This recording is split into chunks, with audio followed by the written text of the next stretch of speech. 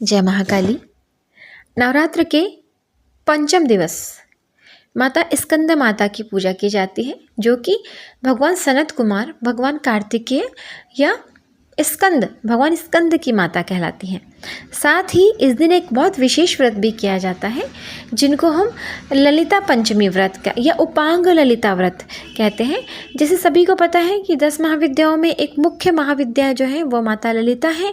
माता राजराजेश्वरी त्रिपुर सुंदरी माता है, जो कि सब प्रकार के ऐश्वर्य को प्रदान करने वाली है, सुख संपत्ति भोग और मोक्ष को प्रदान करने वाली है भगवती। तो इन्हीं का नाम माता राजराजेश्वरी त्रिपुर सुंदरी है और इन्हीं के लिए व्रत किया जाता है, जिसको ललिता पंचमी व्रत के नाम से जाना जाता है। आप माँ ललिता की बात करें तो माँ ललिता माता पार्वती का ही एक स्वरूप है।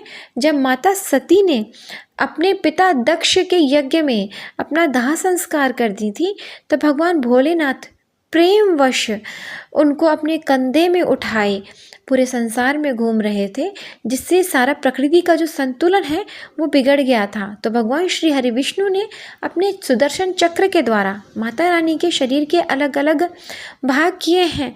और क्योंकि भगवान भोलेनाथ माता सती को स्वयं अपने हृदय में धारण करते हैं, इसीलिए भगवती का नाम ललिता पड़ा, क्योंकि ये भगवान भोलेनाथ के भगवान शिव शंकर के हृदय में विराजमान रहती हैं, इसलिए इनको ललिता कहा गया है। तो ललिता पंचमी के दिन सुबह सूर्योदय से पूर्व उठकर स्नान कर लें और इस व्रत का संकल्प कर लें। इसके बाद भगवान सूर्यदेव को अर्घ्य दें। आप एक चौकी पर, एक पाटे पर लाल कपड़ा बिछा लें और गंगा जल के छींटे दे दें और माँ को उस पर विराजमान कर दें। और माँ की प्रतिमा है या माँ की फ़ोटो है, जिसकी भी आप पूजा करते हैं, माँ की प्रतिमा के आप चरण पखारें। इसके बाद माँ को हल्दी कुमकुम श्रृंगार सामग्री अर्पित करें। लाल रंग का फूल, पीले रंग का फूल माता को अत्यंत प्रिय है। इसी तरह माँ को कोई भी आप मिठाई का भोग लगा सकते हैं। स्कंद माता को आज के दिन केले का भोग लगता है, तो आप किसी भी फल को ले सकते हैं। लाल अनार ले लें, पीले फूलों में पीले पुष्प, पीले फल ले लें माँ के लिए, और वो आप माँ को अर्पण कर दें और माँ की श्रृंगार सामग्री चढ़ा दें।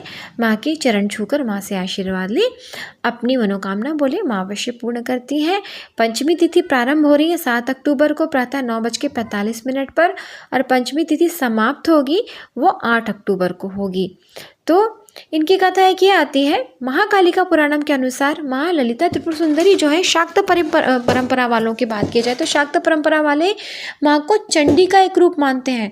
तो जिस तिथि में माँ चंडी की पूजा होती है, जिस विधान से माँ चंडी की पूजा होती है, उसी विधान से माँ ललिता त्रिपुर सुंदरी की भी पूजन होती है। ये दक्षिण मार्गी पूजन वाले जो हैं उनके मत के अनुसार।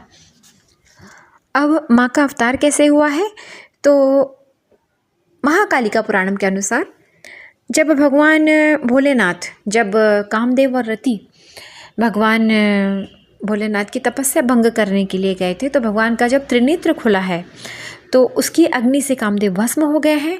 और उस चिता के भस्म से, उस जो अग्नि जो भस्म है कामदेव की, उससे एक असुर उत्पन्न हुआ जो कि भंडासुर कहलाया है।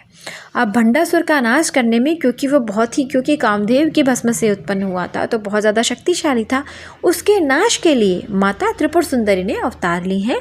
एक कथा के अनुसार ये भी आता है कि एक बार भगवान ब्रह्मा जी ने ब्रह्मास्त्र चलाए और उससे सृष्टि जो है उसका विनाश होने लग गया। तो सृष्टि के अभ्युदय के लिए माँ ने राजराजेश्वरी त्रिपुर सुंदरी अवतार ली है। तो माँ का जो पूजन है वो विशेष फलदायी है, शीघ्र फलदायी है, क्योंकि माँ धन धान्य ऐश्वर्य सौभाग्य की प्राप्ति कराने वाली है और अंत में भोग और मोक्ष की प्राप्ति कराने वाली है। जय महाकाली।